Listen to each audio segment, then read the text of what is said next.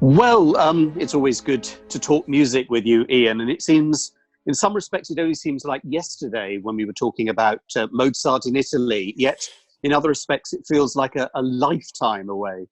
Absolutely. I mean, professionally, it probably was almost yesterday. It was early March, wasn't it? The 8th of March or something. It was. So, the following week, it just felt like every day the news got worse. I remember when I realised that concerts were going to be cancelled and people were saying, no more than 500 people in any one place. I was full of the joys of, it's fine, we'll just get together and record instead. And then gradually the range of options diminished to zero. So here we all are in lockdown. Well, at least we're just about to launch your recording, so the Mozartist voice is not hidden for much longer. So this is the first volume in, I think, a seven volumes, I think. Series. Yeah. I haven't programmed all seven, but basically the premise is that each recording will have one of the six great Haydn minor key Sturm und Drang symphonies, and the seventh will have the Mozart's so-called little G minor, which always seems ridiculous, but the number 25. Yeah. And then around that we'll program lesser known Sturm und Drang works.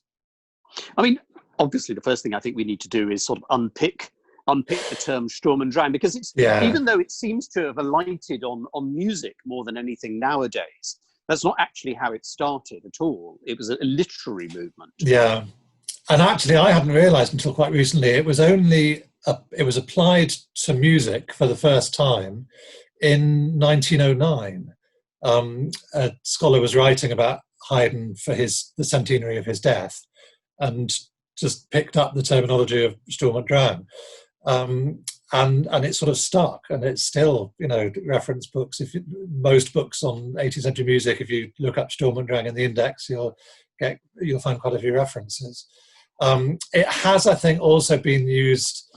The fact that the play, the Sturm und Drang play by a guy called Klinger, where the name comes from, was written in 1776.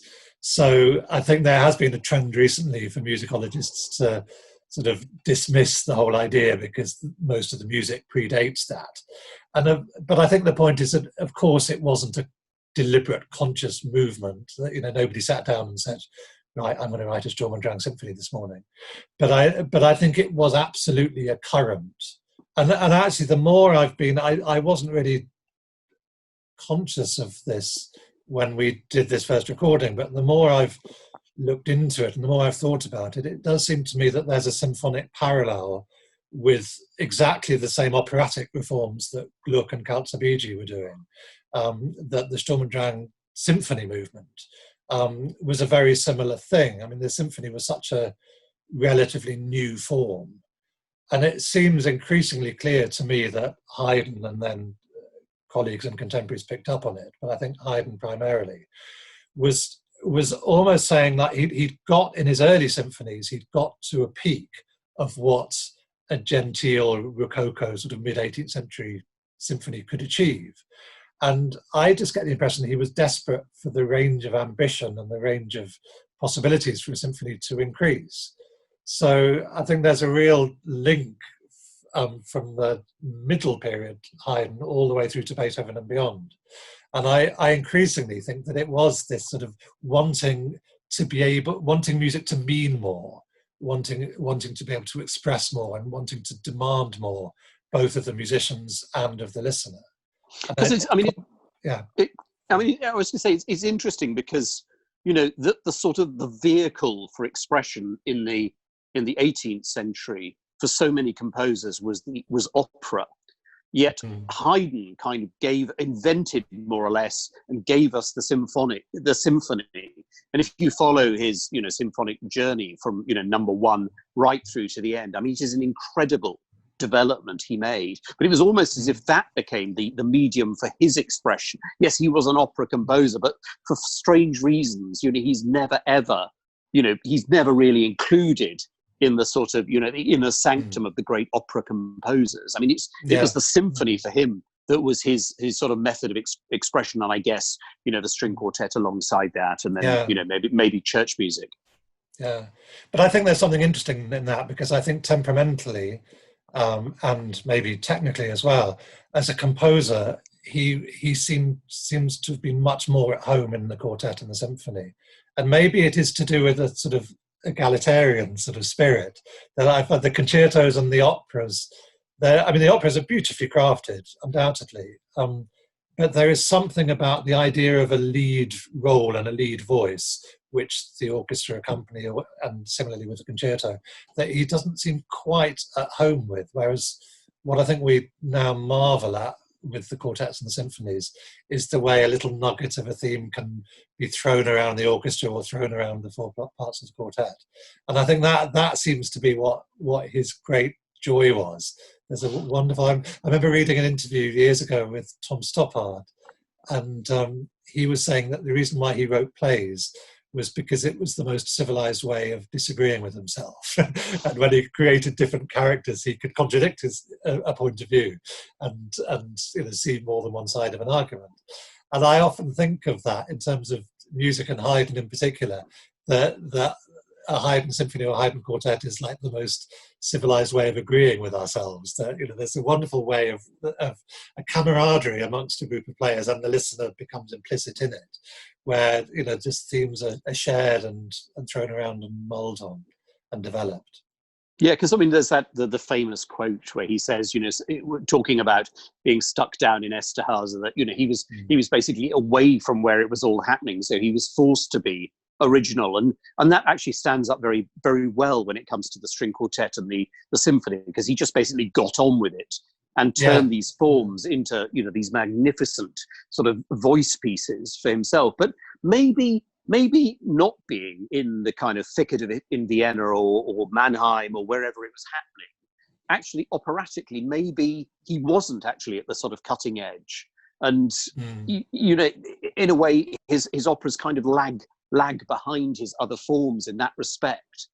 He wasn't sort of forced to be original dramatically when he was being so original symphonically, perhaps.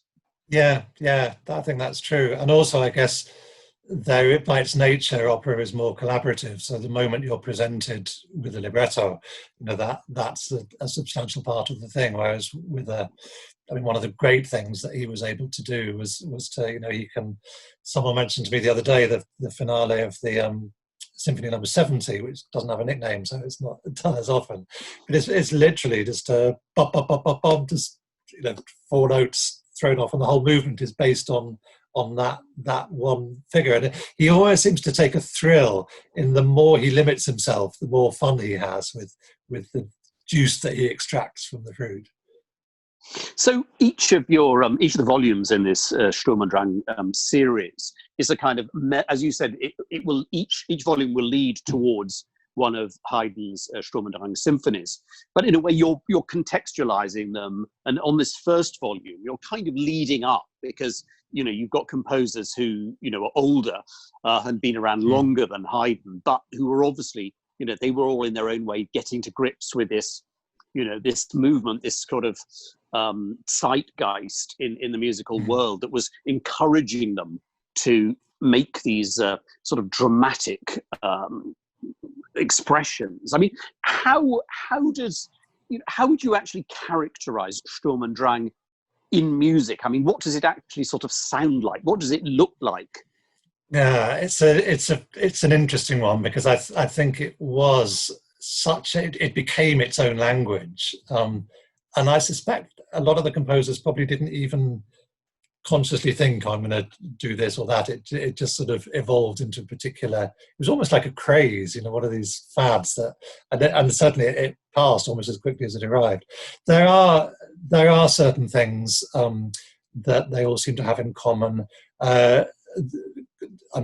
Things like use of unisons and unharmonized, strong, punchy melodic figures, both strong and quiet. Sort of extremes of dynamic, big contrasts. Again, just trying to break molds and stretch things.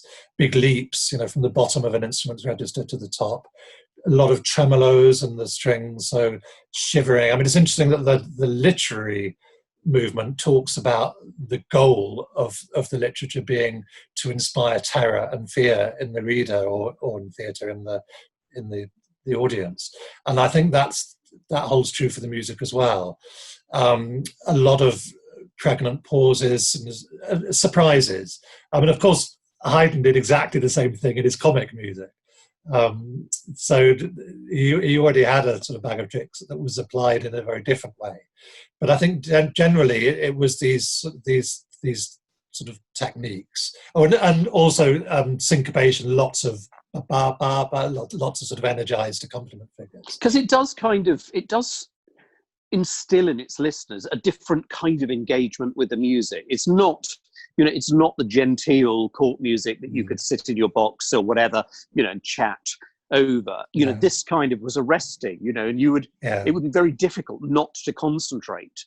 Exactly. If you listen to any of the pieces on this first recording, this is not something you could ignore, because it's kind of the musical equivalent of grabbing you by the lapels and giving you a good shake. Absolutely, and I'm really glad you mentioned the idea of talking, because I mean we know from the Surprise Symphony that it drove Haydn mad, the idea of people not paying full attention to his music. And it absolutely does seem to me that when he was writing these big statement minor key symphonies, that he was demanding that the audience shut up and listen. And that does seem like a big change. And presumably a lot of the early symphonies that he was writing, they would have been performed to, I don't know, 20, 30 aristocrats in the room. So, they probably were talking about other things and not particularly engaged.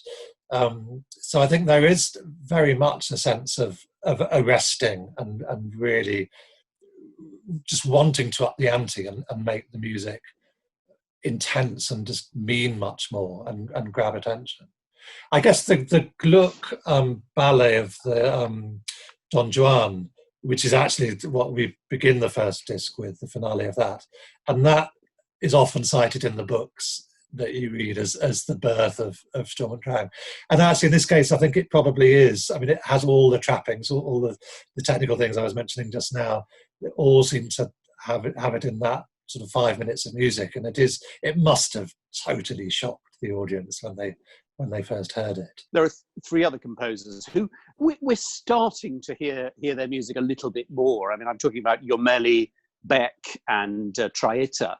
There are a few recordings of these. I mean, Jomelli was clearly a very important composer at his time. I mean, an enormously prodigious composer. I mean, absolutely loads of operas he wrote. I mean, he was based in Naples.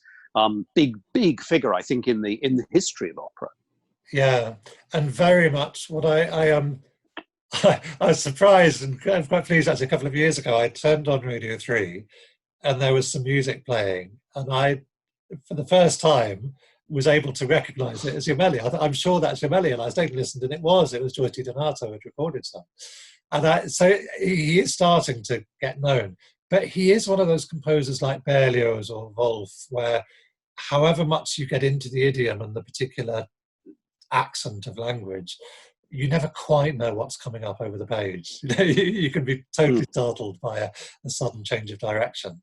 And it's very idiosyncratic, it's quite unpredictable, quite sort of Gothic in a literary sense, and very sort of very heart on the sleeve, and very, very creative and imaginative, harmonically very interesting. And I love it. Because it's interesting that, all those adjectives you've used for, to describe Jomelli, you could actually apply to Beck, because, I mean, listening to his symphony, to me, he sounds a little bit like a composer in the 19th century, like Franz Beerwald, who absolutely did his own thing and is really nothing like anybody else, and so sort of far ahead of his time. And Beck, you just listen to things and you think it's almost as if his music was looking over the tops of Mozart and Haydn to some of the things that Beethoven did, Completely agree with you. I think, many years later. Yeah, I mean the G minor symphony that we recorded for this disc was published in 1762, so nearly 40 years before Beethoven's first symphony. And it does absolutely feel like it looks forward to that. And I recently was sent a catalogue of the music library in Bonn, which is a really interesting insight into Beethoven's childhood introduction to music, and because we know that he played the viola in the Bonn Orchestra during his teens. And the first thing I did was to flick through this alphabetical catalogue to find out what Beck they had in the library. And they had over 200 symphonies in the library. And to my great disappointment, they didn't have a single symphony by Beck. So I was ready to say, yes, look, he heard this music and copied it, but not at all. He didn't know the Beck. But it does absolutely feel it. It's got it packs such a punch. And the other thing, I think, when you hear the music, you completely somehow forget the fact that it's essentially an orchestra for strings and two horns, and it sounds like a full 19th century orchestra. It's just such an amazing full sound. For me, it's the great discovery. I mean, I hadn't conducted the piece before we recorded it, and I came across it a few years earlier. But I think it's a wonderful piece. And I think that's another interesting thing with the Sturm und Drang, that a lot of the minor composers, relatively, all seem to have given of their best. Anyone that wrote a G minor symphony somehow seemed to tap into something that, I don't know whether there's something about the tonality that enabled them to give it the best, or whether it was just, I guess as I was reading recently, someone had written that the very act in the 18th century of deciding to write a minor key symphony was in itself a statement. So maybe when you did sit down to write one, you were conscious that it had a greater weight of possibility. And of course, it adds to the sort of Sturm und Dranginess, if one can say that, of the sort of expression. Yeah, absolutely. I mean, it's visceral. To me. I mean, again, one of the things that is sometimes mentioned with Sturm und Drang is that it was related to a revival of interest in Shakespeare, and particularly the tragedies. And to me, pieces like The Beck are an exact musical parallel with King Lear screaming his head off in the heath. And again, it links to the quote that you mentioned of Haydn, sort of in isolation, being forced to be original. It struck me the other day. This is here we are now. This is music for isolation. I think it probably is. Haydn was probably tapping into something when he said he probably wouldn't have written such music if he'd have been in the centre of Vienna. And then, of course, the last, the kind of climax of this volume is the Symphony Number 49. Of course, another minor key symphony, given the nickname La Passione, which it's always a tricky one to know why it was called that. I mean, it's based on the old church form, so it's got a long, slow movement to open, and I mean that could perhaps be why it's passion music. It's intense, possibly spiritually, possibly a sort of sacred utterance, but nobody really knows. No, I'm sure it is passion with a capital P. I think it's Easter related rather than emotion related. Yeah. But of course, having said that, it has an incredible emotional weight. And it's the only one of the Sturm und Drang symphonies that does follow that old church sonata style with an entire opening movement, a slow movement. I mean, that's an incredible statement, in a symphony to start with a slow movement. I mean, it must have been quite a surprise, I would imagine, when it was first heard, because that's not kind of how everyone expected a symphony to start. They usually started by, upbeat, loud, fast. But this is anything but that. Yeah, definitely. And it's so profound and contemplative, and it just unfolds in its own way. And interestingly, I'm not sure, but I don't think there's been a recording of the symphony that has done both repeats in the first movement. And we did do both repeats, and it makes the first movement 12 minutes or something. And even as recently as 3 years ago, I probably wouldn't have had the nerve. But there is something rather good about recordings in that if I increasingly feel that if a composer marked a repeat, we should do it. I remember years ago doing a masterclass with the wonderful George Hurst, and he came out with a lovely line, which I've hung on to ever since, which is, he said, if it's too boring to do twice, it's too boring to do once. And I think I love that idea. Now we should talk about the vocal contributions to this album, because it's you've got one of my favorite young singers, Chiara Scherrat, who I think is absolutely sensational. I mean, she's certainly sensational here. I mean, this is amazing stuff. Yeah, it's great. And we had a great time with the first of the Troietta arias. Was, I discovered after selecting it, quite a talk of the town for a while, because in the score, in one aria, the one that we recorded, he specifies that the voice needs to scream, and it's absolutely, again, it typifies for me, I think, what the whole Sturm und Drang thing was about. It was wanting to break down barriers. It was wanting music to be something more than a sort of beige background, and really grabbing the attention.